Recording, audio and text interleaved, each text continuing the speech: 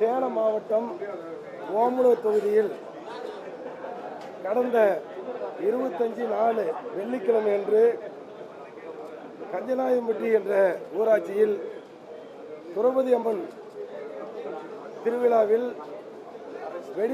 நாட்டு வெடி வெடித்து 4 பேர் உடல் சிதறி உயிரிழந்திருக்கிறார்கள். 2 பேர் மருத்துவமனையில் சிகிச்சை பெற்று வருகிறார்கள். இதுக்கு தமிழ்நாடு அரசு 3 லட்சம் ரூபாய் நிவாரணம் வழங்கியிருக்குது. இந்த நிவாரணம் 10 லட்சம் ரூபாயை வழங்கணுங்கிறது கோரிக்கை. நான் சேலம் மேற்கு மாவட்டத்தினுடைய பாமகனுடைய செயலாளர், மேட்டூர் தொகுதிக்கும் ஓமலூருக்கும் என்னோட கோரிக்கை உங்கள் வாயிலாக முதலமைச்சருக்கு அரசுக்கும் என்ன சொல்றேன்னா, ஆடல் பாடல் நிகழ்ச்சிக்கு கிராமத்தில் பண்டிகையில் ஆடல் பாடல் நிகழ்ச்சிக்கு கட்டுப்பாடு விதிச்சிருக்கிறார்கள். உயர்நீதிமன்றத்தில் காவல்துறையில் அனுமதி பெற வேண்டும் என்று சட்டம் விதித்திருக்கிறார்கள். ஆடல் பாடல் உயிர் சம்பந்தமான இந்த பிரச்சனையில் எந்த கட்டுப்பாடும் இல்லை. திருவிழாவில் வெடிக்கிறாங்க, காயம் ஏற்படுது, உயிரிழப்பு ஏற்படுகிறது. அதில் என்னோட கோரிக்கை தமிழ்நாடு அரசையும் சம்பந்தப்பட்ட அதிகாரியை கேட்டுக்கொள்வதெல்லாம், அந்த திருவிழாக்களில் மற்றது நம்மளுடைய பிறந்த நாள் தீபாவளியில் வெடிக்கிற பட்டாசுக்கு திருவிழாவில் வெடிக்கிறவங்களுக்கு லைசன்ஸ் கொடுக்கணும். இப்போ எலக்ட்ரிக்கல் வேலை செய்கிறாங்க, பயிற்சி பெற்று அவர்கள் அதை வெடிக்க வேண்டும் என்று அரசு கட்டுப்பாடு விதிக்கணும். பட்டாசு விலைக்கு வாங்குறாங்க, 10,000 50,000 யாரோ ஒருத்தர் முன் அனுபவமே இல்லாதவர்கள் வெடிக்கிறாங்க. வெடிக்க தெரியாமல் வெடித்து பக்கத்தில் இருக்கிறவங்க எல்லாம் பாதிக்கப்பட்டு தீக்காயம் ஏற்பட்டு பல உயிர்கள் இருக்க நேர்கிறது.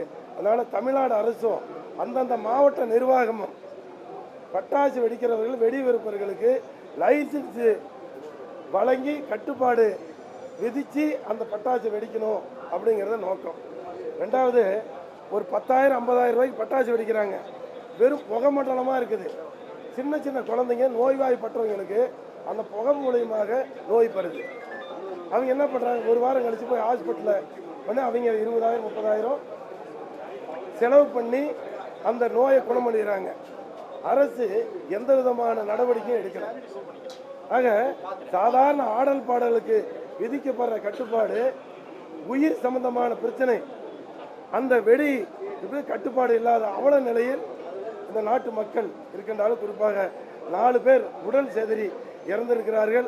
அவருடைய குடும்பத்திற்கு நாங்கள்லாம் ஆறுதல் சொல்லியிருக்கிறோம். எங்களுடைய மருத்துவர் ஐயா சார்பிலும் அண்ணன் அன்புமணி சார்பிலும் அன்றாடம் நடக்கும் செய்திகளை உடனுக்குடன் தெரிந்து கொள்ள உங்கள் அரசு நியூஸ் சேனலை சப்ஸ்கிரைப் பண்ணுங்க. பாமக சார்பில் ஆறுதல் சொல்வதோடு கூடுதல் 10 லட்சம் ரூபாய் இழப்பீடு வழங்கணும். இந்த பட்டாசு வெடிப்பதற்கு அரசு என்ன நடவடிக்கை, என்ன அந்த கட்டுப்பாடு விதிக்கிறதுன்னு சொல்லி இப்போ இந்த கூட்டத்தொடரில் நாளைக்கோ இன்னைக்கோ சம்பந்தப்பட்ட அதிகாரிகள் சொல்லணுங்கிறது என்னோட அன்பான வேண்டுகோள். ரெண்டாவது, இந்த மால்கோவும் ஸ்டெர்லைட் ஊழியர்களும் இப்போ வேலை இல்லாமல் இருக்காங்க. அவங்கள பற்றி உங்களுக்கு கோரிக்கை கொடுத்துருக்காங்க. அந்த கோரிக்கை நீங்கள் சட்டசபையில் ஏதாவது கேட்டிருக்கீங்க? இப்போது என்னோட தொகுதியில் பெரிய company Madras aluminium Malco company, Sterlite company 20 வருஷமாக 6,000 பேர் வேலை செஞ்சாங்க. அந்த கம்பெனி சிக்கின்னு தான் மூடி இருக்காங்க. அந்த தொழிலாளர்கள் அந்த கம்பெனி திறக்கணும் அப்படின்னு சொல்லி துறை அமைச்சர்கிட்டையும் தொழிலாளர் துறை அமைச்சர்கிட்டையும் நீங்கள் கேள்வி வைங்கன்னு சொன்னோம். நாங்கள் கொடுத்துருக்குறோம். முதலமைச்சர் அவர்கள் வெளிநாட்டிலிருந்து முதலீட்டை ஈர்க்க முயற்சி எடுத்தார்கள். எங்களுடைய சேலம் மாவட்டத்தில் பல சிக்யூரிட்டிகள் மூடி இருக்குது. அதில் பார்த்தீங்கன்னா 6,000 பேர் வேலை செஞ்சுருக்காங்க. அந்த கம்பெனி கிட்டத்தட்ட 5,000 கோடி ரூபா மதிப்பீடு. அந்த திறந்து என்னோட தொகுதியில் 6,000 பேர்த்துக்கு வேலை கொடுக்கறதுக்கு முதலமைச்சர் அவர்கள், துறையினுடைய அமைச்சர், தொழில் அமைச்சர்களும் அந்த ஏற்பாடு செய்யணும். அதை சார்ந்து தான் தூத்துக்குடி கம்பெனி மூடி இருக்கு. இதை கட்டுப்பாடு கன்சென்ட் ஆர்டர், மாசு கட்டுப்பாட்டு வாரியம் கன்சென்ட் ஆர்டரோட அந்த கம்பெனியை திறப்பதற்கு ஏற்பாடு பண்ணணும். அதே மாதிரி கெம்ப்ளாஸ் பிளான்ட் 1 அந்த கம்பெனியும் மூடி இருக்கு, அந்த கம்பெனியும் திறக்கணுங்கிறது என்னோட வேண்டுகோள். ஏன்னா தொழிலாளர் பாதிச்சிருக்காங்க, தொகுதியில் தொழிலாளர்களுக்கு வேலை இல்லாமல் இருக்குது. ரெண்டாவது, எங்களுடைய மருத்துவ ஐயா அவர்கள், அண்ணன் அன்புமணி அவர்கள், இந்த நாட்டினுடைய பின்தங்கி வைப்பில் இருக்க வன்னியர் சமுதாய மக்கள் முன்னேற்றத்திற்கு வேலை வாய்ப்பு, கல்வி, பொருளாதாரத்தில் பின்னோக்கி இருக்கிறார்கள். ஏறக்குறைய 3 கோடி மக்கள், 8 கோடி மக்கள்ல வன்னியர்கள் 3 கோடி மக்கள் வாழ்றார்கள். அவங்க பின்னோக்கி இருக்கிறார்கள். எங்களோட மருத்துவர் ஐயா அவர்கள் தொடர்ந்து கோரிக்கை வைக்கிறாங்க. சென்ற ஆட்சியில் அறிவிக்கப்பட்டாங்க, அவங்க ஆட்சி மாற்றம் ஏற்பட்டது, புதிய ஆட்சி திராவிட முன்னேற்ற கழகம் ஏற்பட்டது. இந்த நிமிஷம் வரைக்கும் ஐயா வந்து பார்த்தாரு, நாங்கள் வந்து பார்த்தோம். 10.5 அது கொடுக்கறதுக்கு எந்த முகாந்திரமும் அரசுகிட்ட திட்டம் இல்லை. ஆகவே வன்னியர்கள் மிகப்பெரிய கோபத்திலும் வருத்தத்திலும் இருக்கிறார்கள். எங்கள் மருத்துவர் ஐயாவுடைய கோரிக்கையை நிறைவேற்றால்தான் இந்த 3 கோடி மக்கள் இந்த கல்வியிலும் வேலைவாய்ப்பு முன்னேற்றம் அடைவார்கள். ஆகவே இன்னும் ஓராண்டு காலமாக இருக்குது. நீங்கள் இந்த சமுதாயத்தினுடைய வளர்ச்சிக்கு என்ன சொல்ல போறீர்கள்? என்ன காரணத்துக்காக சாதிவாரி கணக்கு எடுக்கல? அந்த 10.5 ஏற்கனவே பழைய ஆட்சியில் எடப்பாடியார் கொடுத்ததையும் நீங்கள் நடைமுறை கொண்டு வரல. முதலமைச்சர் அவர்கள், மற்ற அமைச்சர்கள்லாம் வன்னியனுடைய வாழ்க்கை உயர வேண்டுமா வேண்டாமா? வன்னியர் சார்பில் கேட்குறோம். ஐயானுடைய கேள்வி, அண்ணன் அன்புமணியினுடைய கேள்வி. இதுக்கு இந்த அரசாங்கமோ இதை துறை அமைச்சர்கள் என்ன பதில் சொல்ல போகிறாங்கன்னு தெரியல. நான் ஏற்கனவே சட்டமன்றத்தில் பேசினேன். அவர்களுக்கு இந்த 10.5 வழங்கலை கேட்க வேண்டிய இடத்தில், கேட்க வேண்டிய நேரத்தில் கேட்கலாம். அந்த வன்னியர் சமுதாயத்தில் தேர்ந்தெடுக்கப்பட்ட சட்டமன்ற உறுப்பினர்கள் பாவம் செஞ்ச சட்டமன்ற உறுப்பினர் ஆயிரும்னு சொல்லி மானிய கோரிக்கையில் பேசினேன். ஆக எல்லாரும் நினைக்கிறாங்க, வன்னியருக்கு மட்டும் இல்லை எல்லா சமுதாயத்திற்கும். பாருங்க, இப்போ குளத்தூரில் கொண்டாரெட்டின்னு சமுதாயம் இருக்குது. அவங்களுக்கு எஸ்டி பட்டியலில் சர்டிஃபிகேட் கொடுக்கணும்னு சொல்லி போராடணும். அதை கொடுத்துருக்காங்க. அந்த சர்டிஃபிகேட்டை வாங்கி ஓய்வு பெற்றவங்களுக்கு விசாரணை அடிப்படையில் அவங்க தொந்தரவு பண்ணுறாங்க. மறுபடியும் ஒரு 9 பேர் மேட்டூரில் எஸ்டி சர்டிஃபிகேட் வேணும்னு கேட்டிருக்காங்க. அவங்களுக்கு ஆய்வு பண்ணி அந்த சமுதாயத்தை கொடுன்னு சொல்லி அந்த தொகுதியில் கேட்டிருக்கோம். மேட்டூர் வருவாய்த்துறை இன்னும் செவிசாய்க்கல. அதே மாதிரி 2000 பேர் லம்பாடி சமுதாயம் மேட்டூரில் இருக்காங்க, மலைவாழ் மக்கள். அவர்களுக்கு எஸ்டி சர்டிஃபிகேட் கொடுங்கன்னு சொல்லி கேட்குறோம். பின்தங்கி இருக்கிறாங்க, தமிழ்நாட்டில் வாழ்கிறாங்க. எங்கள் ஐயா கேட்குறாங்க, வன்னியருக்கு மட்டும் கேட்கல, அந்த பட்டியலில் சேர்த்தனா இந்த இடஒதுக்கீடு வரும் என்பது தான் எங்களுடைய நோக்கம். அதே போன்று ட்ராவல்ஸு, நான் ட்ராவல்ஸ் மேக்ஸி கேப் நடத்துகிறாங்க. 12+1 12+1 சீட்டுக்கு தான் தமிழ்நாடு அரசு டிரான்ஸ்போர்ட்டு அதிகாரி கொடுத்துருக்காங்க. ஆனால் கேரளா, ஆந்திரா, கர்நாடகாவில் நம்மளுடைய இந்த 20 பேர் ஏற்றிட்டு போனால் 1 லட்சம் ரூபா அவங்க அபராதம் விதிக்கிறாங்க. அதை 10 வருஷமாக அந்த அனுமதி கொடுக்கல. நம்மளுடைய போக்குவரத்து அமைச்சரை நாம் தான் நேற்று நம்மளோட நண்பர்கள் அந்த நிர்வாகிகளோடு போய் கேட்டோம்.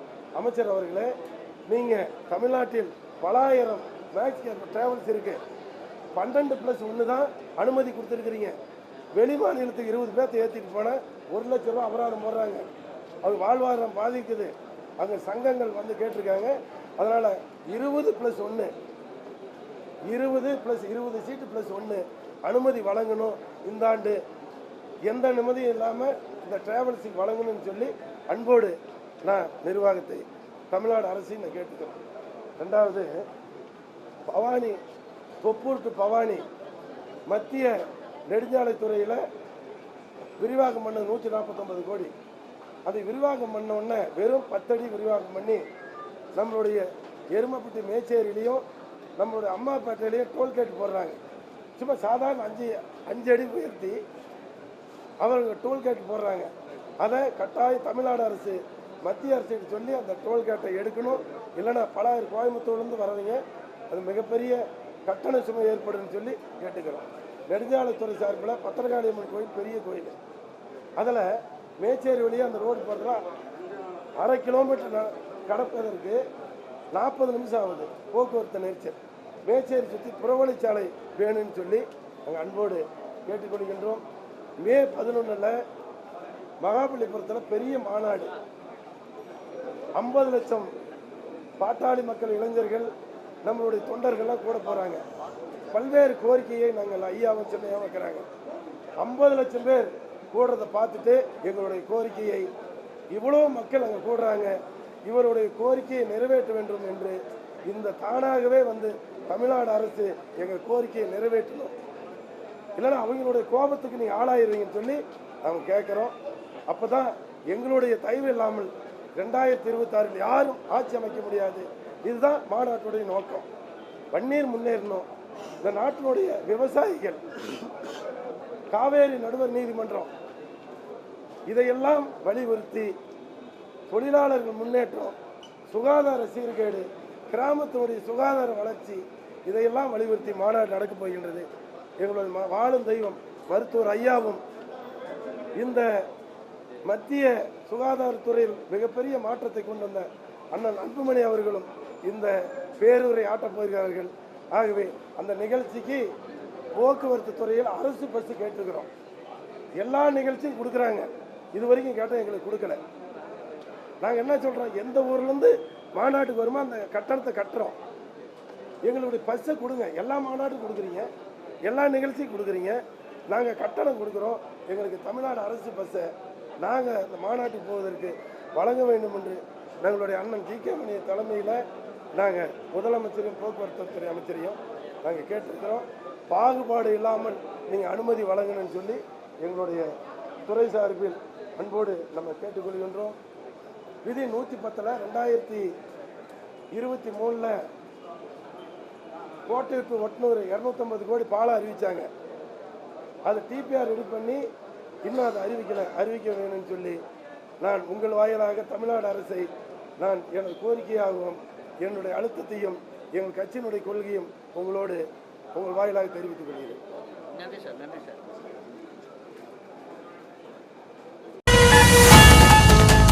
அன்றாடம் நடக்கும் செய்திகளை உடனுக்குடன் தெரிந்து கொள்ள உங்கள் அரசு நியூஸ் சேனலை சப்ஸ்கிரைப் பண்ணுங்க.